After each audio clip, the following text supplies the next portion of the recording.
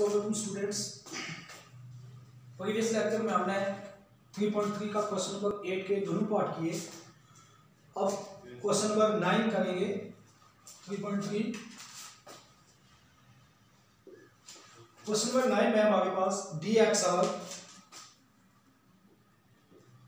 1 plus x square की whole power 3/2। Students अब देखें 1 प्लस एक्स स्क्वायर इसकी पावर 3/2 आई है, जिसको कोई डेरिवेटिव ऊपर मौजूद नहीं है, तो इसलिए हम इसको क्या कर लेंगे, सब्स्टिट्यूट कर लेंगे। तो इसके लिए मैंने आपको एक कंडीशन लिख के दी थी, अगर हमारे पास आ जाए ए स्क्वायर प्लस एक्स स्क्वायर उसकी होल पावर आ जाए, तो उसके लिए हम सब्स्टिट्यूट कर लेते हैं x = a tan थीटा। तो सबसे पहले लिखूंगा सोल्यूशन, यहाँ पे लिखूंगा 1/1 प्लस एक्स स्क्वायर इसकी पावर 3/2 dx। तो सब्स्टिट्यूट करते हैं x = a tan थीटा। लेकिन अब यहाँ पे a tan थीटा यूज नहीं करेंगे, क्यों? अब यहाँ पे 1 आया है, तो मैं यहाँ पे सब्स्टिट्यूट करूंगा x = tan theta 1 tan theta. अगर a होता तो तब हम यहाँ पे a लिख लेते। अब इसका डिफरेंशियल लेते तो आ जाएगा dx = tan थीटा का जो डेरिवेटिव होता है वो होता है secant स्क्वायर थीटा, तो ये d थीटा।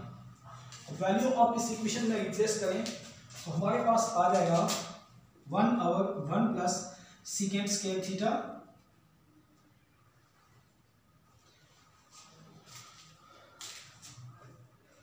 वन प्लस, अब एक्स स्क्वायर की जगह हमने वैल्यू रिप्लेस कर दी थी tan थीटा, तो आ जाएगा tan स्क्वायर थीटा, इसकी होल पावर आ जाएगी 3/2। और साथ अब देखें हम d थीटा में चले गए तो आ जाएगा secant square theta d theta. अब देखिए स्टूडेंट इसको हम लिख लेंगे 1/, अब देखिए 1 प्लस tan स्क्वायर थीटा, तो वही सेकंड आइडेंटिटी आप लिखेंगे, since 1 plus tan square theta = secant square theta होता है, तो हम लिख लेंगे यहाँ पे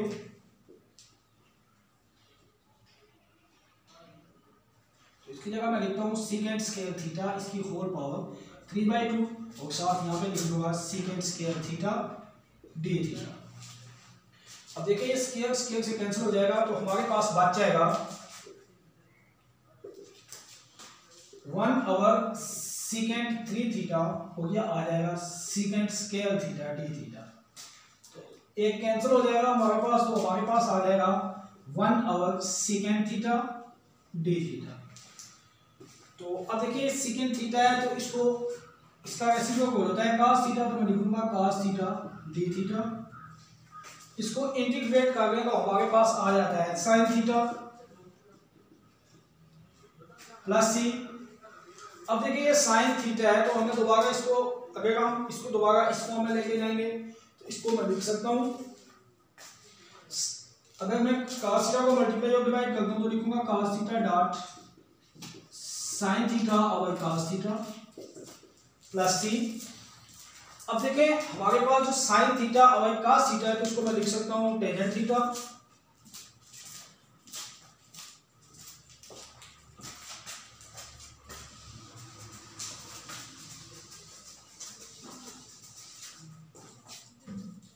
इसको मैं लिख लूंगा cos theta dot sin theta और cos थीटा को मैं लिख सकता हूं tan theta plus c।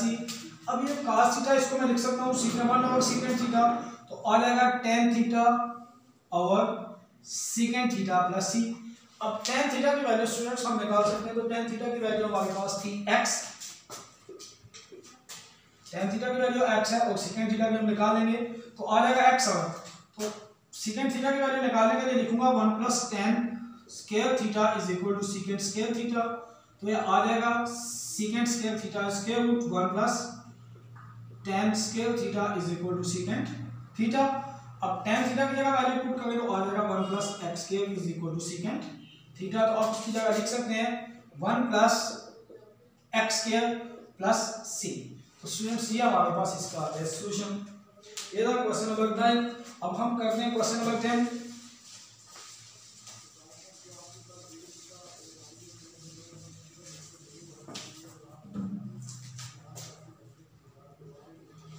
Question number 10 में देखेंगे तो हमारे पास आ जाएगा 1/1 प्लस एक्स स्क्वायर, और साथ आ जाएगा tan inverse of x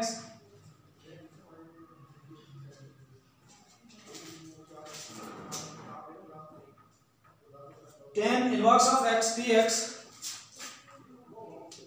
students सबसे पहले हम लिख लेंगे सॉल्यूशन के बाद हम इसको लिखते हैं 1/1 plus x square tan inverse of x dx। अब tan इनवर्स ऑफ x को अगर मैं पहले लिख लूं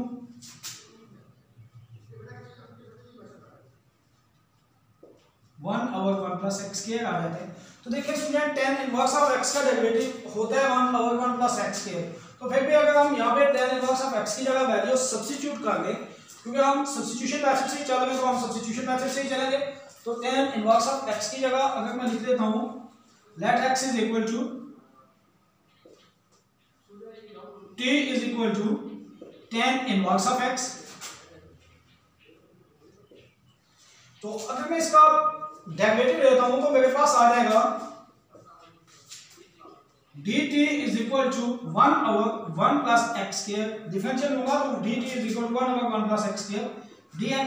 तो अब देखिए स्टूडेंट्स dt इसकी जगह अगर मैं लिख लूं dt और 1/tan इनवर्स ऑफ x की जगह मैं वैल्यू रिप्लेस करूंगा t की, तो मेरे पास आ जाएगा 1/t। अब देखिए 1/1 प्लस एक्स स्क्वायर dx, इसकी जगह मैं रिप्लेस करूंगा t को। तो अब इसको जगह इंटीग्रेट करना थोड़ा सा आसान हो गया। तो जब इसको इंटीग्रेट करते हैं तो 1/t, तो देखिए t का डेरिवेटिव ऊपर ऑलरेडी मौजूद है, तो इसको मैं लिख लेता हूं log of t plus c। अब दोबारा t की जगह वैल्यू रिप्लेस कर दें तो मेरे पास आ जाएगा log tan inverse of x plus c आ जाएगा। स्टूडेंट्स ये था इसका सॉल्यूशन।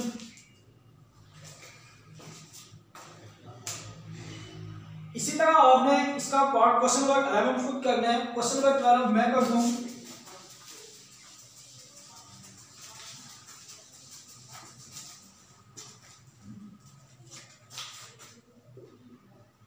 क्वेश्चन नंबर 12 हमारे पास sin थीटा और 1 plus cos square theta d theta. Students अगर मैं दोबारा इसका सॉल्यूशन पहले लिखेंगे सॉल्यूशन। अब देखिए 1 प्लस cos स्क्वायर थीटा आया, तो अगर मैं cos स्क्वायर की जगह वैल्यू रिप्लेस कर लेता हूं मेरे पास आ जाएगा cos theta t is equal to cos theta. तो ये वैल्यू मैं वहां पे सब्स्टिट्यूट कर दूं तो मेरे पास आ जाएगा, लेकिन उससे पहले इसका डिफरेंशियल लें तो आ जाएगा dt is equal to cos theta का डेरिवेटिव होता है sin थीटा d थीटा। तो ये वैल्यू हम रिप्लेस करते हैं तो मेरे पास आ जाएगा 1 प्लस, तो ये आ जाएगा 1/1 प्लस t का स्क्वायर और sin थीटा d थीटा की जगह मैं वैल्यू रिप्लेस कर दूंगा t की। तो स्टूडेंट अब देखिए इसका जो डेरिवेटिव आएगा 1 प्लस t स्क्वायर, तो ये किस चीज का डेरिवेटिव होता है tan इनवर्स ऑफ t का होगा। तो अब देखिए अगर ये उसका डेरिवेटिव है तो मैं इसकी इंटीग्रेशन क्या हो जाएगी tan इनवर्स ऑफ t, तो मैं लिख लूंगा tan inverse of t plus c। तो अब t की जगह वैल्यू रिप्लेस करते हैं tan इनवर्स, तो t की जगह मैं लिख लूंगा cos थीटा प्लस c आ जाएगा। तो स्टूडेंट्स ये आ जाए हमारे पास सॉल्यूशन इसका। तो ये थे हमारे पास क्वेश्चन नंबर 9 से लेकर क्वेश्चन नंबर 12 तक पार्ट जो हमने किए। स्टूडेंट्स अल्लाह हाफिज। नेक्स्ट लेक्चर में हम आगे क्वेश्चन नंबर 13 से ऑनवर्ड पार्ट सॉल्व करेंगे। स्टूडेंट्स अल्लाह हाफिज।